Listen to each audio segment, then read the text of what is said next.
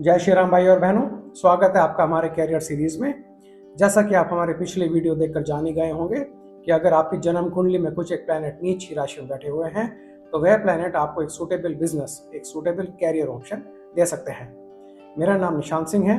आज हम बात कर रहे हैं कर्क यानी कि कैंसर लगन राशि वालों के लिए कि अगर उनकी जन्म कुंडली में कुछ एक प्लैनेट नीच की राशि में है तो वह अपनी लाइफ में कौन सा सक्सेसफुल बिजनेस कर सकते हैं। जैसा कि आप जानते ही हैं कि हमारी जन्म कुंडली में 12 हाउसेज होते हैं, 12 राशिज होती हैं और 9 प्लैनेट्स होते हैं। Time of birth, date of birth और प्लेस ऑफ बर्थ के हिसाब से जन्म कुंडली के 12 हाउसेज में 12 राशिज प्लेस होती हैं और 9 प्लैनेट्स की पोजीशनिंग होती है। तो इस तरह से हर एक प्लैनेट या तो अपनी राशि में हो सकता है, अपने मित्र की राशि में हो सकता है, अपने शत्रु की राशि में हो सकता है, अपनी उच्च की राशि में हो सकता है और उसी तरह से कोई भी प्लैनेट अपनी नीच की राशि में भी हो सकता है।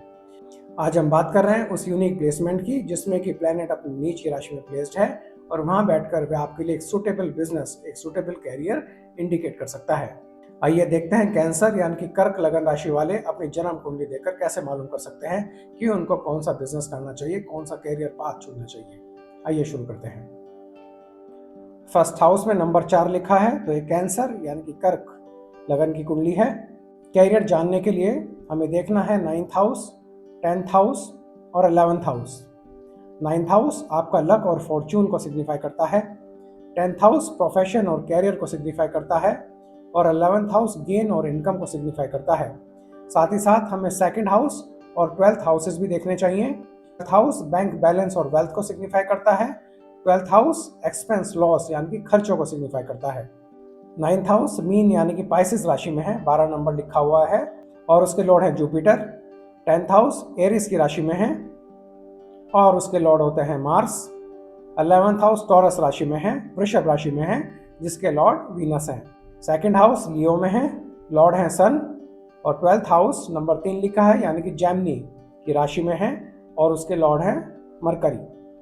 कैरियर जानने के लिए, सूटेबल बिजनेस जानने के लिए स्पेशली हमें देखना है कि जुपिटर, मार्स और वीनस में से कौन कौन से प्लैनेट नीच की राशि में बैठे हुए हैं।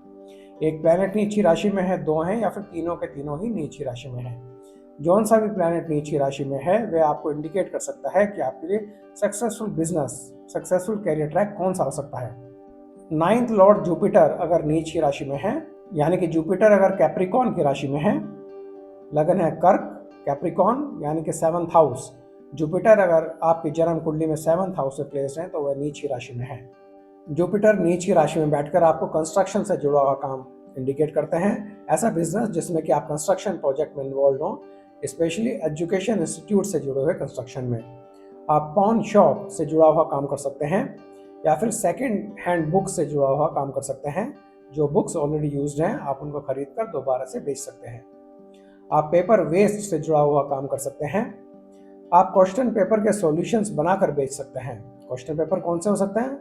बोर्ड एग्जाम के क्वेश्चन पेपर हो सकते हैं, CBSE board, ICSE board, state board, या फिर किसी कॉम्पिटिटिव एग्जाम के क्वेश्चन पेपर हो सकते हैं, आईएएस, पीसीएस, सिविल सर्विसेज, बड़े सारे कॉम्पिटिटिव एग्जाम्स हैं।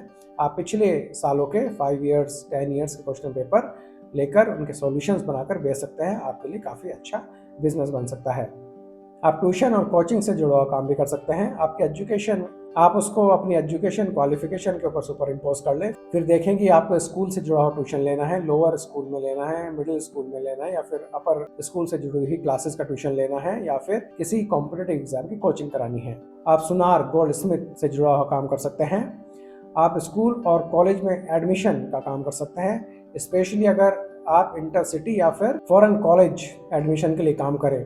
आप जिस शहर में रहते हैं उससे बाहर और कोई शहर है जिसमें कि स्कूल है, कॉलेजेस हैं, आप उन स्कूल कॉलेजेस में एडमिशन दिलवाने का अगर काम करें, वह काम आपके लिए सूटेबल है। आप होलसेल से जुड़ा हुआ काम कर सकते हैं, स्पेशली स्टेशनरी और किताबों का होलसेल बिजनेस। ध्यान देने वाली बात यह है कि आप इसमें से कोई भी कैरियर अगर ले रहे हैं तो आपका जो प्राइसिंग है वो फिक्स नहीं है, वेरिएबल प्राइसिंग है। आप कोई एक सिंगल प्राइस बिजनेस मॉडल को अप्लाई नहीं करते हैं, बल्कि आप सिचुएशन को देखते हैं, सिचुएशन को देखकर ही अपना प्राइस आप डिसाइड कर सकते हैं।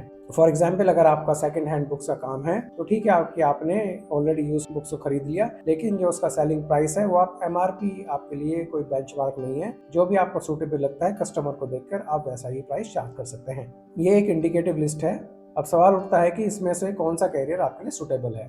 तो आप ये देखें कि आपकी जन्म कुंडली में जुपिटर और कौन कौन से प्लैनेट से इन्फ्लुएंस्ड है। कौन सा प्लैनेट जुपिटर के साथ में कंजक्ट होकर बैठा है, या फिर कौन कौन से प्लैनेट्स का जुपिटर के साथ में दृष्टि संबंध है। फॉर एग्जाम्पल, अगर जुपिटर और मार्स का कॉम्बिनेशन आपकी जन्म कुंडली में है तो आप कंस्ट्रक्शन से जुड़ा हुआ काम सक्सेसफुली कर सकते हैं। अगर जुपिटर और वीनस का कॉम्बिनेशन अगर आपकी जन्म कुंडली में है तो आप गोल्ड स्मिथ यानी कि सुनार से जुड़ा हुआ काम कर सकते हैं। और अगर जुपिटर और मरकरी का कॉम्बिनेशन आपकी जन्म कुंडली में है तो आप क्वेश्चन पेपर से जुड़ा हुआ काम कर सकते हैं आप, या फिर ट्यूशन और कोचिंग से जुड़ा हुआ काम आपके लिए सुटेबल है। 10th लॉर्ड मार्स अगर नीच राशि में है, यानी कि मार्स को कैंसर में प्लेस होना चाहिए, यानी कि कैंसर इस केस में आपके फर्स्ट हाउस में लगन में प्लेस्ड है। अगर मार्स कैंसर में है तो वह आपको पॉलिटिक्स से जुड़ा हुआ काम इंडिकेट करता है, होटल से जुड़ा हुआ बिजनेस आपके लिए सूटेबल है, ट्रांसपोर्ट बिजनेस आपके लिए सूटेबल है, या फिर आप लॉटरी से जुड़ा हुआ काम भी कर सकते हैं। अगर मार्स आपकी जन्म कुंडली में नीची राशि में है और आप कैंसर लगन राशि के हैं तो आप देखेंगे कि आपकी फैमिली में फीमेल मेंबर्स का अर्निंग पोटेंशियल काफ़ी अच्छा होता है।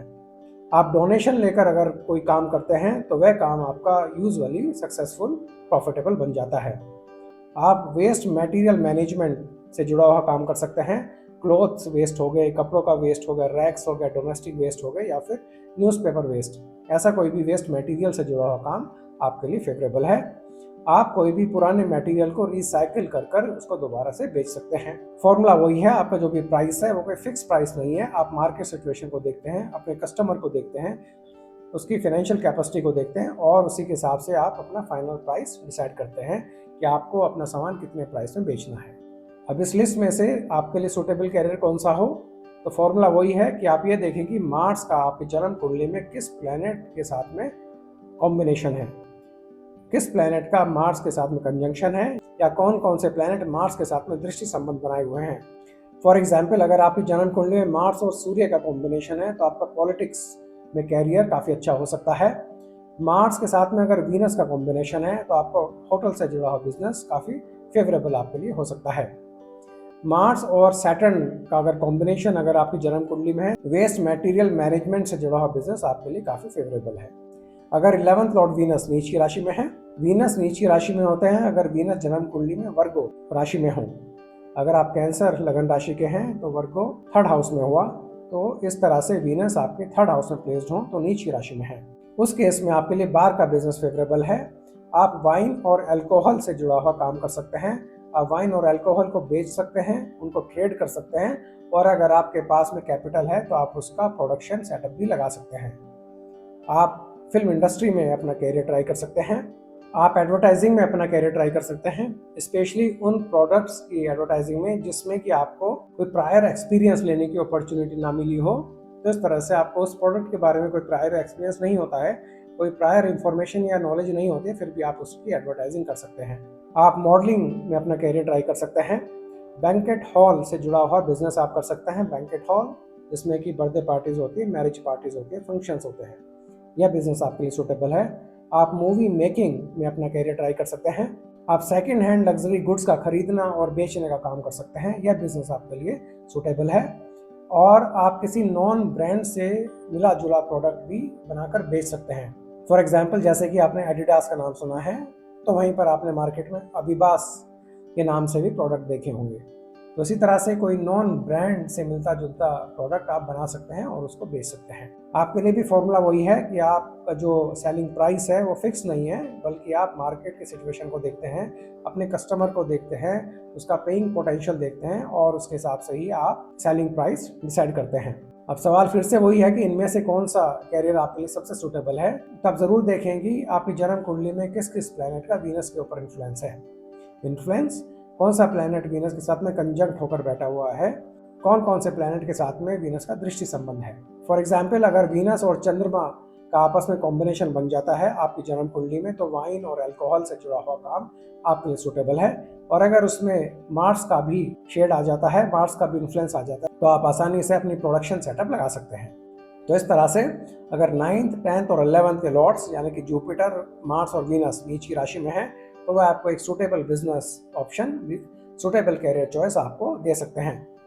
साथ ही आपको 2nd हाउस को भी देखना चाहिए और आपको 12th हाउस को भी देखना चाहिए। 12th हाउस आपका खर्चे का हाउस है, एक्सपेंसेस का हाउस है। ठीक है कि आपने सूटेबल बिजनेस अपने लिए चूज कर लिया है, लेकिन हो सकता है कि अगर आपके एक्सपेंस अननेसेसरी हो, बहुत ज़्यादा हो, तो उस केस में आपको मरकरी की रेमेडी करनी चाहिए। आपको मरकरी को साधना चाहिए जिससे कि आपके खर्चे कम हो सकें।